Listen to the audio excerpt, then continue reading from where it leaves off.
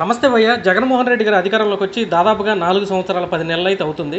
మరి 2019లో ఆయన అధికారంలో రాకముందు దాదాపుగా వందల కొద్ది హామీలను అయితే ప్రజల కోసం ఇచ్చారు. మరి ఆయన ఆ హామీలన్నింటినీ నెరవేర్చారా? మరలా మీరు జగన్మోహన్ రెడ్డి గారికి ఏమన్నా ఓటేసే ఛాన్స్ ఉందా? భయ్యా 100 అంటావేంటి భయ్యా? 630 హామీలు ఇచ్చాడు భయ్యా. అసలు ఎక్కడైనా తవ్వుతుంటే ఈయన తవ్వుతున్నారనుకో ఏదో చోట ఆగుద్ది. ఈయన హామీల గురించి తవ్వుకుంటూ పోతుంటే వస్తూనే ఉంది. అబ్బా చెత్త గుట్లు చిన్నప్పటి నుంచి మన పాపాలు చేస్తే చెట్ట రాస్తాడే అన్ని హామీలు ఇచ్చాడు. 630 హామీలంట. అమ్మ 630 హామీలు చెప్పాలంటే నేను అయిపోతాను, నీ దగ్గర ఉన్న టైం కూడా అయిపోద్ది. క్లుప్తంగా 630 హామీలు చెప్పాను కాదు, ఒక 130 హామీలు చెప్తాను భయ్యా.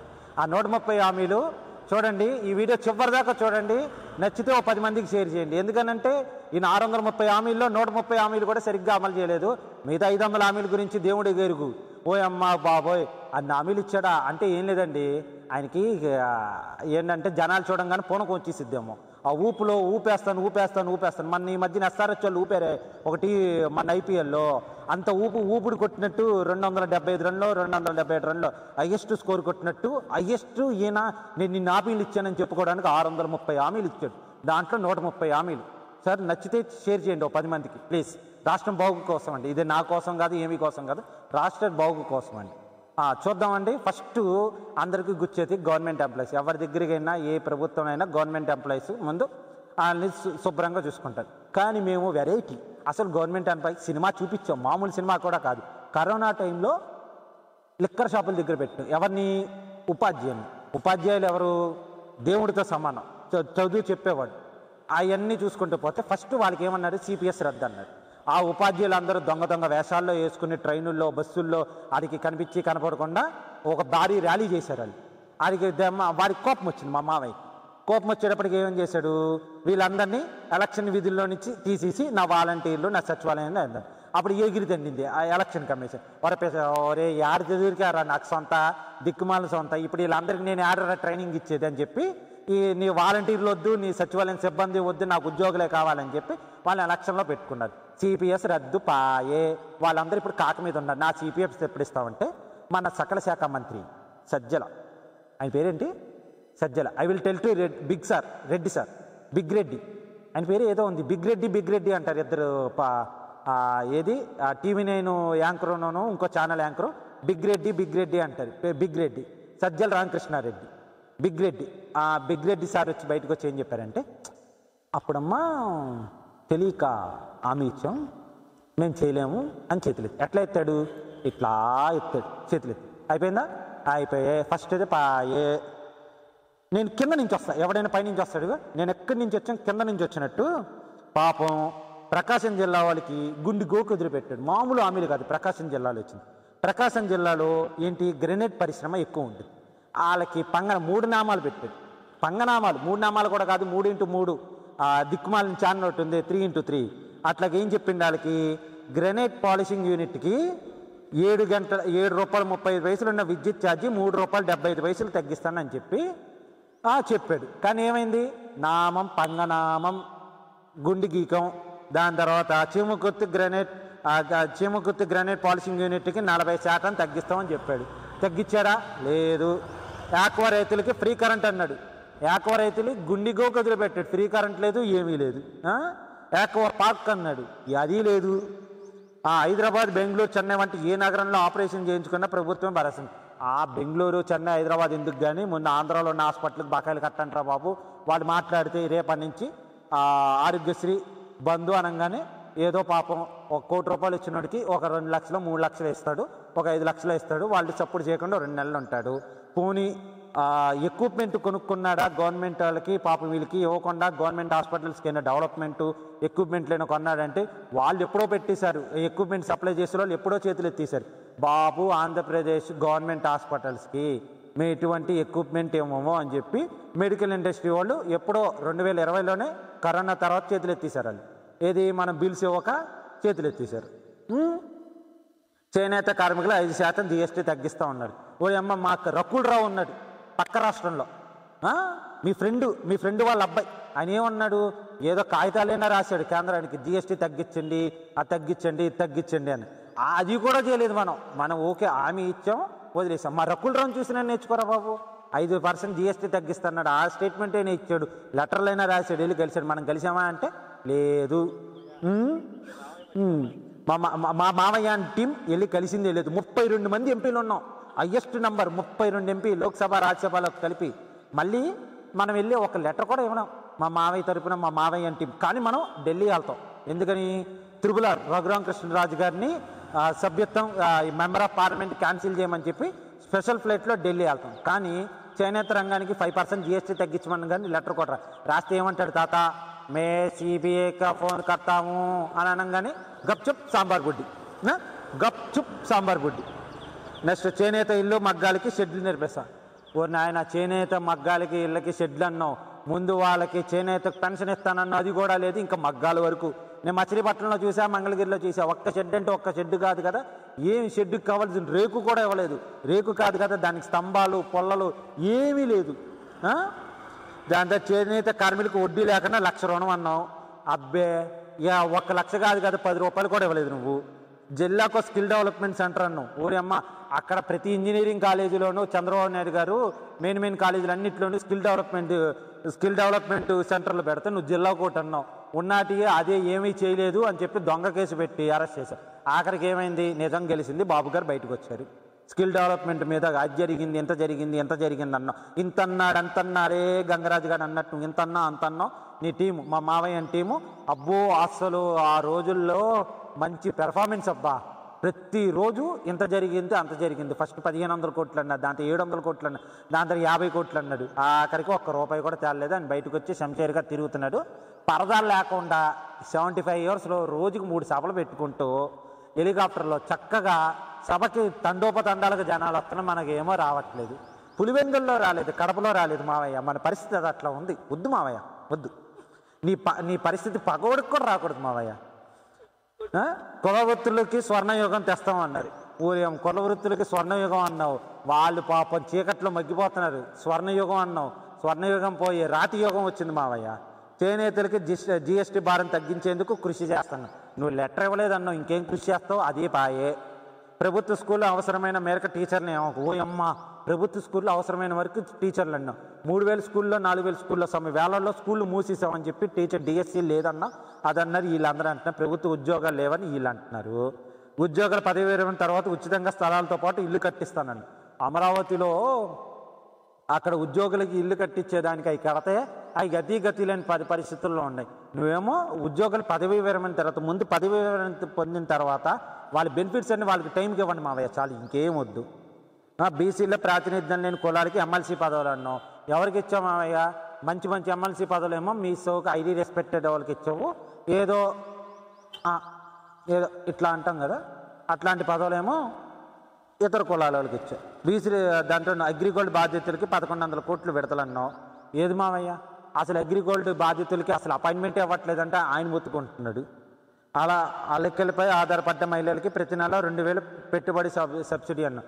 అల్లికలపై ఆధారపడ్డ మహిళలకి పెట్టుబడిపై ₹2,000 పెట్టుబడి సబ్సిడీ అన్నాం.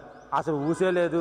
ప్రతి ఊర్లో మినరల్ వాటర్ ప్లాంట్ అన్నారు. బాబు, అవి చంద్రబాబు నాయుడు గారు పెట్టినయే, నువ్వు పెట్టింది ఏమీ కాదు. అది ప్రతి ఊర్లో మినరల్ వాటర్ ప్లాంట్ అన్నావు, అది చంద్రబాబు నాయుడు గారు పెట్టిందే, తీసుకొచ్చి కాపీ కొట్టావు. అది అయితే ప్రతి ఊర్లోనూ ఉంది. అప్పుడు గవర్నమెంట్ చక్కగా ₹2 దొరికేది. ఇప్పుడు నీ మూలంగా ₹10, ₹20 కొనుక్కుంటున్నారు. కాలువల పక్కన ఉన్న ప్రతి ఊర్లో సమ్మర్ స్టోరేజ్ ట్యాంక్ పెడతానన్నావు. కాలువల పక్కన ఉన్న వాళ్ళందరికీ ఏది మామయ్య? Summer storage tank. Summer storage ట్యాంకులు పక్కన పెట్టుగానే ఉన్న ట్యాంకులకు మాత్రం నీ రంగులు వేసుకున్నావు. అదైతే జరిగింది. సమ్మర్ స్టోరేజ్ ట్యాంకులు పక్కకు పెట్టే నీ ఉన్న ట్యాంకులకి నీ బులుగు రంగులు వేసుకున్నావు. అదైతే పక్క. ఆక్వాకి ₹1.5 యూనిట్ అన్నావు విద్యుత్తు. అసలు ఆక్వాకి ₹1.5 యూనిట్. ఇప్పుడు వాళ్ళేమో మాకు పెట్టుబడి పెరిగిపోయింది బాబయ్య, ఆ గోదావరి నదికి నీళ్ళు కడితే ఏదో డబ్బులు కట్టాలంటే, అంతకుముందు ఫ్రీగా వచ్చేవాళ్ళంటే ఆ డబ్బులు కూడా తీసుకున్నామంట. రొయ్యలకి చేపలకి మద్దతు ధర అన్నావు. అసలు మద్దతు ధర ఏది? ధర స్థిరీకరణ నిధి అన్నావు. 2,000 కోట్లు ఎంతో పెట్టావన్నావు. ఆ ధర స్థిరీకరణ నిధి లేదు. ఆ రొయ్యలకి చేపలకి పసుపుగా లేదు. మళ్ళీ రొయ్యలు చేపలు మనకి ఎందుకు కానీ, పెద్ద మాటలు ఎందుకు కానీ, పసుపుకి ముందు మద్దతు ధర ప్రకటించు. మద్దతు ధర ఎవరు ప్రకటిస్తారా? కేంద్రం చెప్పుద్ది ఎంత మద్దతు ధర అని చెప్పి. నువ్వు ఎలా ప్రకటిస్తావు? గిరిజనకి బ్యాక్లాగ్ పోస్టులు ఏది ఇచ్చినావా అంటే, గిరిజనుల దగ్గర ఏం జరుగుతుంది ఇప్పుడు అంటే, మన రాష్ట్ర అంతకుముందు పంట ఏంటి? ధాన్యం, వ్యవసాయం. ధాన్యం మీద ఉండేది, వరి మీద. మరి ఇప్పుడు ఏముంది మన రాష్ట్రం పంట? అదేదో పంట అంటండి, నేను పలకను కానీ రాష్ట్ర దేశంలో ఏడ దొరికినా దాని మూలాలు ఎక్కడ ఉన్నాయంటే ఆంధ్రప్రదేశ్లో కనపడతాయి ఆ పంట మూలాలు. అది పండించకూడదంట, అమ్మకూడదు, అది శిక్ష, బహిరంగంగా శిక్ష, అది అమ్మకూడదు ఆ పంట. అలాంటి పంటలు వేయిస్తున్నావు నువ్వు ఆ గిరిజనుల చేత. గిరిజనులు పూచీకత్తు లేకుండా పావలా వడ్డీకి రుణాలు ఏడైనా జరిగిందా? ఏడా జరగలేదు. 500 జనాభా కలిగిన తండాలకి గిరిజన గూడెం పంచాయతీగా మార్పు అన్నావు. అవన్నీ పక్కకు పెట్టి కానీ మేజర్ పంచాయతీలు అన్నీ కలిపి 2-3 పంచాయతీలు కలిపి మున్సిపాలిటీ చేసి ట్యాక్సులు ఇంకా ఇంటి పన్ను అవన్నీ మాత్రం పెంచేసావు. అదైతే జరిగింది. ఆశా వర్కర్లు తెలంగాణ కంటే 1000 రూపాయలు అధిక జీతం అన్నాడు. మొన్న వాళ్ళు 40 రోజులు 50 రోజులు మొన్న ధర్నాలు అవి చేసి మొత్తానికి ఏదో సెటిల్ చేసి వాళ్ళని బెదిరించో భయపెట్టో మొత్తానికి ఏదో చేసావు. నువ్వు ఇవ్వలేదని తేలినట్టుగా ఆ పథకం కూడా పోయే. రైతులకి ట్రాక్టర్లు రోడ్ ట్యాక్స్ మీద ఏంపు. రోడ్ ట్యాక్స్ ఎప్పుడో లేదు కదరా. ట్రాక్టర్లకి మళ్ళీ కొత్తగా పెట్టేదేముంది? ఆ రైతులకి చేపల చెరువులకి నీళ్ళు ఇస్తామన్నాం. అదే చెప్పాక నీళ్ళు అవి తెచ్చుకునేది నువ్వేమో దానికి డబ్బులు పెంచేసావంట. అది పాయే. ప్రతి గ్రామంలో చెరువుల నిర్మాణం అన్నారు. నువ్వు ఉన్న చెరువులు మూసేసి చక్కగా పొలాల కింద స్థలాల కింద అమ్ముకు దొబ్బుతున్నారు మీ వాళ్ళు. అంతెందుకు అబ్బా, ఇవన్నీ కూడా కాదు కానీ సింపుల్ నీకు ఓపెన్ ఛాలెంజ్. కృత్తివేణి మండలం కృత్తివేణి గ్రామంలో ఒక చెరువును మొత్తం పూర్తి చేసి స్థలాల కింద అమ్మేశారు. నీకు సాక్ష్యంతో సహా చెప్తున్నా. కృత్తివేణి మండలం కృత్తివేణి గ్రామంలో ఒక చెరువుని చక్కగా మూసేసి ఫ్లాట్ల కింద వేసుకుని అమ్మేసుకున్నారు. అక్కడ ఎవరండి? అక్కడ ఎమ్మెల్యే గారు నాకు తెలియదు కానీ, ఎవరో ఎమ్మెల్యే అయితే నాకు తెలియదు కానీ ఆయన ఆధ్వర్యంలో జరిగిందో మరి జరగలేదో అదైతే చెరువు అయితే పూర్తి చేశారు. కొల్లేరు భూములు రీసర్వే చేసి కంటల వద్ద నిర్ణయించి తగిన న్యాయం చేస్తూ ఉన్నాం. అలాంటి అమంగళం అలాంటివి మాట్లాడకూడదు. అవన్నీ గాల్లో తూచు. ఈ చెవుతో వదిలేయాల్సిన హామీలు అలాంటివన్నీ. వైఎస్ఆర్ పెళ్లి కానుక కింద ప్రతి వధువుకి 1,00,000 రూపాయలు అన్నాం. నాకు తెలిసిన ఒక ఆమెకి పెళ్లి జరిగిందండి పాపం. 2019లో ఎలక్షన్ అయిన తర్వాత పెళ్లి చేసుకున్నారు. ఆగస్టులో ముహూర్తాలు ఉంటాయి కదా, ఆగస్టులో పెళ్లి చేసుకున్నారు. పాపం లేని కుటుంబం. వైఎస్ఆర్ అంటే పెద్ద అభిమాని మా ఊర్లో ఒకళ్ళు. ఆ అమ్మాయికి బాపు కూడా పుట్టాడు. 2.5 సంవత్సరాలు. ఇంకా పెళ్లి కానుక రాలేదండి. 2.5 సంవత్సరాలు అయింది. పెళ్లి కానుకైతే ఇంకా రాలేదు. చేనేత మహిళలకి 45 ఏళ్ళకి దాటిన వాళ్ళకి నెలకు 2,000 పెన్షన్ అన్నాం. అది లేదు. ఒక్క చేనేత వాళ్ళని చూపించండి. చేనేత వాళ్ళకి 2,000 రూపాయలు పెన్షన్ వచ్చినట్టు. మోగి చెవిటి పిల్లలందుకు ఉచితంగా క్లియర్ ఎంప్లాయ్మెంట్ ఆపరేషన్లు అన్నాం. ఒక్క ఆపరేషన్ జరిగిందా? ఒక్క ఆపరేషన్ కూడా జరగలేదు. కార్మికుల కోసం చీమకొత్త ఏరియాలో ఈఎస్ఐ హాస్పిటల్ ఏర్పాటు అన్నారు. ఎక్కడైనా కట్టామండి ఈఎస్ఐ హాస్పిటల్? ఈఎస్ఐ హాస్పిటల్ కాదండి, ఇదిగోండి అటు చూడండి. అక్కడ మాకు కనపడితే విలేజ్ క్లినిక్ అన్నారు. సగంలో కట్టి ఆపేశారు. విలేజ్ క్లినిక్ అమ్మ ఒక్కసారి అటు చూపించు. విలేజ్ క్లినిక్ సగంలో కట్టి ఆపేశారు. కెమెరా తిరగదు కానీ అటు చూడండి. ఆ విలేజ్ క్లినిక్ అనేది కూడా సగంలో కట్టి ఆపేశారు. అట్లా ఉండిద్ది ఎవ్వరు. అట్టుండిద్ది మనతో ఎవ్వరు. అదిగో ఆ చెట్ల వెనకాల ఆ సిమెంట్ది కనపడుతుందా? తెల్లది వెనకాల రేసి దానికి రంగులు లేవు, ఏమీ లేవు, సగంలో అయిపోయింది. అదే విలేజ్ క్లినిక్ మా ఏరియాకి. డాక్టర్ ఉండడు, ఏమి ఉండడు. మళ్ళీ ఈఎస్ఐ హాస్పిటల్. అంత పెద్ద పెద్ద భారీ డైలాగులు ఎందుకు మావయ్య మనకి? ఏదో చిన్న డైలాగ్ చెప్తే అయిపోయేది కదా. దాని తర్వాత ఇంకా ఇప్పటికి ఏంటి 30 అయినాయా? ఇంకా 100 ఉన్నాయా? బందర్ పోర్టు మూతున్నారు. నిన్నో ఈరోజు పేపర్లో వేశారు బందర్ పోర్టు అబ్బో అమలు తాకట్టు పెట్టేశావా మావయ్య? చెట్టగోపురం పెట్టేశావా? నాశనం. బందర్ పోర్టు నాశనం. నేను అనుకున్నా నువ్వు పోర్టు ప్రారంభం అంటే దీనికి ఎక్కడికో వెళ్ళొద్దు అనుకున్నా. తాకట్టు అయిపోయింది. భోగాపురం విమానాశ్రయం పూర్తన్నాం. ఊరేమో అప్పుడేమో భోగాపురం విమానాశ్రయం వాళ్ళ దగ్గరికి వెళ్ళి ధర్నాలు చేసి రాస్తారోకాలు చేసి అవి చేసి ఇంత అన్నాడు అంత అన్నావు అన్నావు. ఇప్పుడు తీరా చూస్తే మళ్ళీ వచ్చిన తర్వాత మళ్ళీ నువ్వు భూమి పూజ చేసావు. ఎయిర్పోర్ట్ పూర్తి అవ్వలేదు. అసలు వైజాగ్ ఎయిర్పోర్ట్ ఉంది కదా, ఇప్పుడు భోగాపురం ఎయిర్పోర్ట్ దేనికి? చంద్రబాబు నాయుడు బినామీలకి ఇవ్వడానికి అన్ని భారీ డైలాగులు భారీ వేసినావు. ఇప్పుడే చూస్తే ఏమీ లేదాడ. పశువులు కొనుగోలు చేసి పేదలకి పంపిణీ. మా ఊరు నేను ఎక్కువ మా ఊరు అయ్యి పండగలకి ఆటికి వెళ్తూ ఉంటాను. మొన్న మేము వెళ్ళిన ఒక 7-8 ఊర్లు అడిగా. అంతా 1 సైడెడ్గా వైసీపీ పంచాయతీ ఏకగ్రీవైన ఊర్లు అయ్యి. తెలుగుదేశం ఏడా గెలవలేదులే పంచాయతీల్లో 8 పంచాయతీ. అదే ఒక్కరికైనా పశువులు కొని ఫ్రీగా ఇచ్చారంట. అట్లాంటిదో పథకం ఉందా అని అడిగారండి. ఎవరు అడిగింది? సాక్షాత్తు వైసీపీ నాయకుడే అడిగింది. మాకు తెలియదబ్బా అని అన్నాడు. మాకు తెలియదబ్బా అన్నాడు ఆయన. అలాంటి పథకం ఉందా అని అడిగాడు ఆయన. అంటే అర్థం చేసుకో.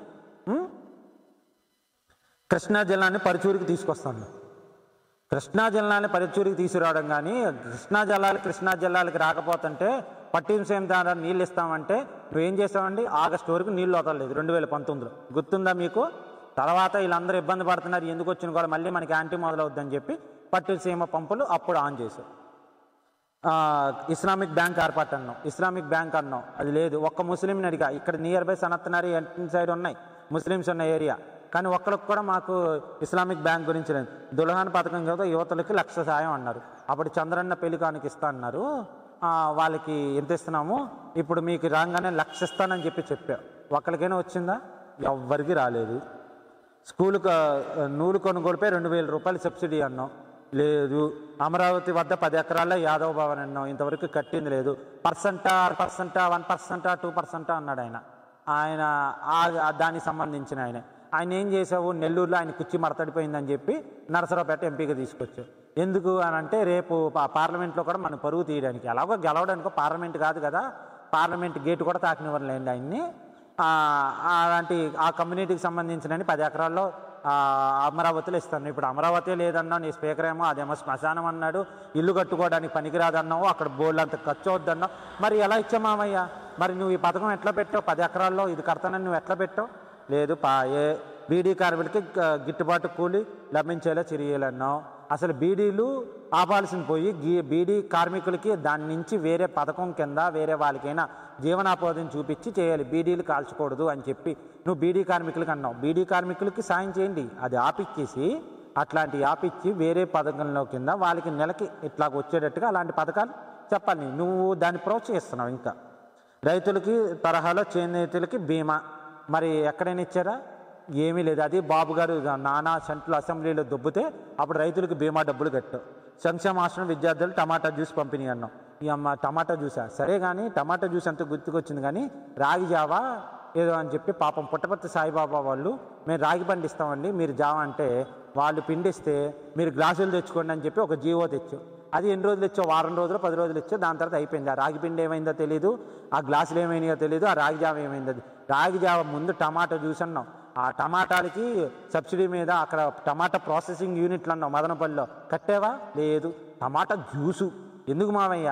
వెనకడకంట ఏంటంటే ఆ పెళ్ళానికి మోర మల్లెపూలు తేలన్నాడంట, మరదల కంటే పట్టు చీర కొంటానన్నాడంట. రాగి జావకే దిక్కు దివానం లేదు, టమాటా జ్యూస్. మళ్ళీ టమాటా జ్యూస్.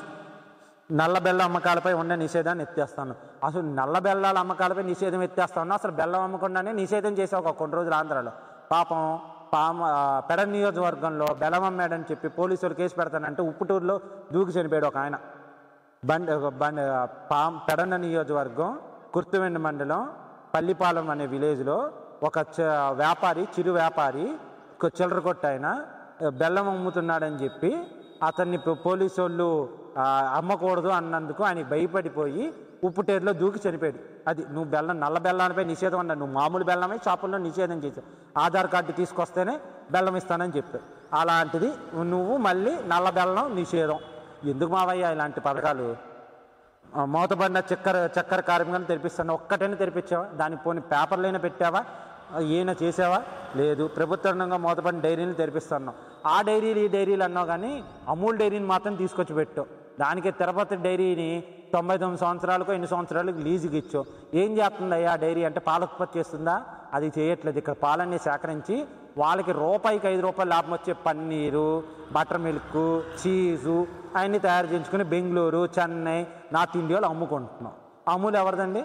అమూల్ కోసం నువ్వు ఇక్కడ ఉన్న డైరీలన్నీ అమూల్ అమ్మాలి, అమూల్కే పాలు పోయాలని చెప్పి ఇక్కడ వీళ్ళందరినీ బలవంతం పెట్టి పోయింది. పోనాలు డబ్బులు ఇచ్చారా అంటే ఆ డబ్బులు కూడా ఇచ్చారో లేదు. సగం మందికి వచ్చింది, సగం మందికి రాలేదు. ఆపేశాడు, అది అయిపోయింది. అప్పులు ఇచ్చిన వారి కుటుంబాలు పీడించకుండా చట్టం, ధర వచ్చే వరకు కోల్డ్ స్టోర్ ఉచితంగా నిలువ ఉంచుకోమని సదుపాయం, ప్రైవేట్ టీచర్ల కోసం అసెంబ్లీలో తీర్మానం, ప్రైవేట్ టీచర్లకి ఈఎస్ఐ వర్తించేలా నిబంధనలు, ప్రైవేట్ టీచర్లకి కనీస వేతనం, ప్రైవేట్ టీచర్ల కోసం ప్రత్యేక చట్టం, జర్నలిస్టులకి పెన్షన్ అంశాన్ని పరిశీలిస్తాం. నువ్వు ఎలాగో చేయలేదులే, కానీ మంగళగిరిలో ఉన్న జర్నలిస్ట్ అందరికీ లోకేష్ గారు ఇచ్చారు, కానీ నువ్వు ఎలాగో చేస్తానన్నావు. మంగళగిరిలో లోకేష్ గారు చేసి చూపించారు. టమాటా జ్యూస్ పరిశ్రమ ఏర్పాటు మదనపల్లిలో పెట్టావా? లేదు. మదనపల్లి టమాటా మార్కెట్ ఫేమస్, అక్కడైతే లేదు. రజకులకి ఎస్సీలకి గుర్తిస్తాము, లేదు. నాపరాయి పరిశ్రమ విద్యుత్ ఛార్జీలు యూనిట్కి ₹3.70. చేమకుర్తిగా అదే మాట చెప్పి నాపరాయికి అదే చెప్పారు. పనులు అయ్యేది లేదు కానీ పెట్టేది లేదు కానీ ఎందుకులే కానీ ఎస్సీ వర్గంపై చట్టబద్ధంగా వెళ్తాం. వెళ్ళావా? లేదు.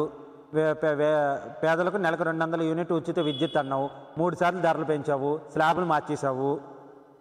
గొర్రెలు మేకలు చనిపోతే 6,000 పరిహారం అన్నావు, లేదు. ప్రమాద బీమా 10 లక్షలు పెంచన్నావు, ఏం జరిగిందో ఎవరికి తెలియదు. అది ఒక పథకం ఉందని కూడా మర్చిపోయారు అందరూ.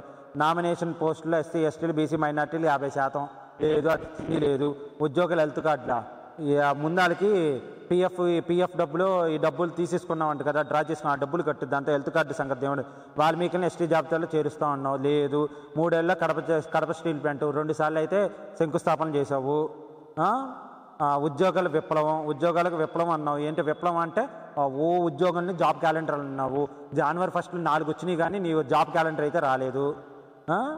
ప్రభుత్వ కాంట్రాక్టులకి నిరుపేదలకు అన్నావు. మామయ్య మా సందులో 2 ఉన్నారు, ఈయన కాంట్రాక్ట్ వర్క్కి మామయ్య ఎప్పుడైనా చేసుకుంటారు. ఎలక్షన్ కమిషన్ కాలు పట్టుకుంటే పోయి వాళ్ళిద్దరికీ ఉద్యోగస్తులు ఉద్యోగం లేదు, ఏ చిన్న వర్క్ చేసుకుంటారు ఇప్పిమని చెప్పి. ఇమాములు అజీన్కి 15,000 గౌరవ వేతనం అన్నావు, ఇచ్చింది లేదు. ఇమాములకి ఇల్లు స్థలాలు ఇస్తామన్నావు, లేదు. అర్చకులకి 10,000 నుంచి 35,000 ఇస్తామన్నావు, లేదు. అర్చకులపై దాడి జరిగింది నిన్న కాకమొన్న కాకినాడలో. అర్చకులపై దాడి చేసి మళ్ళీ సెటిల్మెంట్ చేసుకుని కాదు ఎందుకు ఏం జరిగింది? ఆయన నేను తిట్టాడేమో, బ్రాహ్మణులు సామాన్యంగా తిట్టరని. అభిషేకం సరిగ్గా చేయలేదు. నీకు తెలుసా? నీకు మంత్రాలు వచ్చా? బాలకృష్ణ గారి సినిమా చూడు, అదేదో సినిమాలో అసలు బ్రాహ్మణుడు ఎట్లా పూజ చేస్తాడు, దైవారాధ్యం అంటే ఏంటి, దేవుణ్ణి ఎట్లాగా మనకి ఆయన దగ్గర నుంచి ఆశీస్సులు మనకి ఎట్లా ఇప్పిస్తాడు అనేది ఆ సినిమాలో చూడు. డైలాగ్ ఉంటుంది, 3 నిమిషాల డైలాగ్. అది నాకు ఇంతే తెలుసు, మీలాగా ఇంత చదువుకోలేదు, నాకు ఇంతే తెలుసు అంటాడే ఆ డైలాగ్ చూసుకో. 3 నిమిషాలు వీటి డైలాగు. బ్రాహ్మణులు అంటే ఏంటో నీకు తెలుసుద్ది. అర్చకులకు ఇళ్ళ నిర్మాణం అన్నారు, అర్చకులపై దాడి జరుగుతుంటే మళ్ళీ ఇల్లు కూడా ఏడున్నాయి? ఏడా లేదు. చెరువుల నిర్మాణం చేపడతా ఉన్నాం. ఉన్న చెరువులు మీ వాళ్ళేమో కబ్జాలు చేసి తవ్వేసి ఫ్లాట్ల కింద తీసుకొని అమ్మేస్తున్నారు. ఇరిగేషన్ ప్రాజెక్టులు పూర్తన్నాం. పోలవరం ఏమైంది? పోలవరం ఇవన్నీ వద్దబ్బా, పోనీ చిన్న ప్రాజెక్టులు అన్నీ తీసే. పోలవరం ఏమైంది? 6% అన్న 2 ఇరిగేషన్ మినిస్టర్లు మారారు, అది మాత్రం అతిగతు లేదు. ప్రభుత్వ ఉద్యోగులకు పిఆర్సీ అన్నావు, అది లేదు. దూదేకర్ ఫెడరేషన్కి ఏర్పాటుకి 40 కోట్లు అన్నావు, లేదు. బీసీలకు ఏడాదికి 15,000 కోట్లు అన్నావు, లేదు. 2,000 కోట్లతో యాదవ్ కార్పొరేషన్ కాపుల కోసం ఏడాదికి 2,000 కోట్లు ఇస్తా ఉన్నాం. బ్రాహ్మణ్ కార్పొరేషన్ ఏడాదికి 1000 కోట్లు. ఎంఎస్ఎంఈలకు ఉద్యోగాలు రెగ్యులేషన్, వైద్య మిత్రులకు ఉద్యోగ భద్రత. వైశ్య కార్పొరేషన్ అన్న 1000 కోట్లు. మాకు మినిస్టర్ ఉన్నాడు అబ్బా, వెల్లంపల్లి శ్రీనివాస్. ఆయన ఏం చేస్తారు దీని గురించి డీటెయిల్గా ఒక వీడియో ఉంది ఆయన గురించి, ఆయనకి అంకితం ఈ వీడియో. వెల్లంపల్లి శ్రీనివాస్ గారికి అంకితం.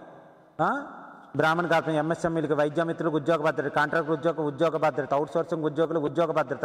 బస్ ఛార్జీలు తగ్గిస్తాం. 2 సార్లు 3 సార్లు పెంచు మామయ్య. బస్ ఛార్జీలు తగ్గిస్తా అన్నావు కానీ 2019లో నేను ఉంటున్న ఏరియా కాడి నుంచి మా బస్ స్టాండ్కి వెళ్ళాలంటే ₹10, ఇప్పుడు ₹20. ఓకే. కరెంటు ఛార్జీలు తగ్గిస్తున్నావు. 3 సార్లు ఎన్నిసార్లు పెంచావు. ఆ పెంచిన డబ్బులు ఎంతో చెప్పని 4 సంవత్సరాల్లో 26,000 కోట్లు అంట. అది మొన్న మధ్యన నేను చూసా, 26,000 కోట్ల రూపాయలు ట్రూ అప్ ఛార్జీలన్నీ స్లాబ్లు మార్చి అవి మార్చి కిందేసి మీదేసి కింద మీద ఊపు కరెంట్ ఛార్జీలు తోపు అన్నట్టు 26,000 కోట్లు దొబ్బేసావు. పెట్రోల్ డీజిల్ హైయెస్ట్ ఇప్పుడు ఏంటో చెప్పనా, అందరూ హైదరాబాద్తో పోల్చుకోవడం కాదు, చెన్నై తమిళనాడుతో పోల్చుకుంటే చెన్నై కర్ణాటక పోల్చుకుంటే ₹10 లీటర్కి మనకి వాళ్ళకి తేడా. చదువులకు అయ్యే కూర్చో పూర్తి అదన్నాం. అంతకుముందు ఫీజు రియంబర్స్మెంట్ డబ్బులు కాలేజీ అకౌంట్లో పడిపోయి పాస్ అయిపోతే సర్టిఫికేట్ తీసుకుని బయటకు వచ్చాడు ఎప్పటికప్పుడు. నువ్వేమన్నావు ఇప్పుడు తల్లికి ఇస్తా అన్నావు. వాడేమంటున్నాడు, నువ్వు కాలేజీలో జాయిన్ అప్పుడే ఫీజు కట్టిన పరిస్థితి ఏంటంటే ఆగిపోతున్నాయి. 2 పిల్లలు ఉంటే ఒక పిల్లని, ఒక ఆడపిల్ల మగ పిల్లాడు అంటే ఆడపిల్లని ఇంట్లోకి వచ్చేపెట్టి మగ పిల్లాన్ని చదివిస్తాడు.